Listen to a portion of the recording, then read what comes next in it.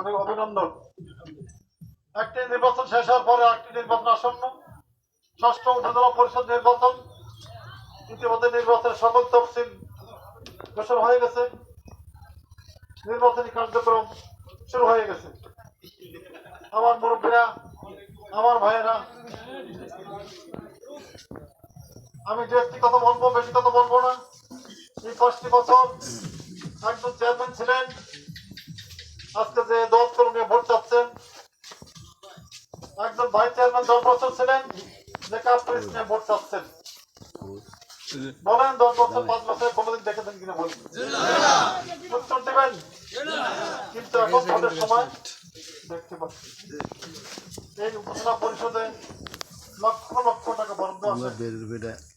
সরকার অনেকে জানে এটা ভালো করে। বলেন কোন উন্নয়ন কর্মকাণ্ড আমাদের এলাকায় প্রযুক্ত হয়েছে কিনা? যদি কিছু হয়ে থাকে, আমাদের প্রিয় সংসদ সদস্য মুখ্যের মাধ্যমে হয়েছে, তার কর্মকাণ্ড আমাদের সামনে দৃশ্যমান। টেকসই বেড়িবাঁধ, ব্লক, রাস্তা, ভবন, অনেক কিছু আমার সামনে দৃশ্যমান। কি বলেন? পৌরসভায় গেলে আমাদের কি মেয়র মহোদয় অনেক কর্মকাণ্ড আমাদের চোখের সামনে দৃশ্যমান। কিন্তু উপজেলা পরিষদের কোন কর্মকাণ্ড আমাদের চোখের সামনে পড়ে? বলেন। তাহলে কোথায় যাচ্ছে টাকা? বলেন লক্ষ লক্ষ টাকা বরাদ্দ দিচ্ছে সরকার, কার জন্য?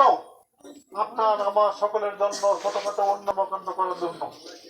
কিন্তু কোথায় গেল এই বাজারের টাকা? কোথায় গেল জিজ্ঞেস করবেন যারা ভোট চাইতে আসতেছে আজকে।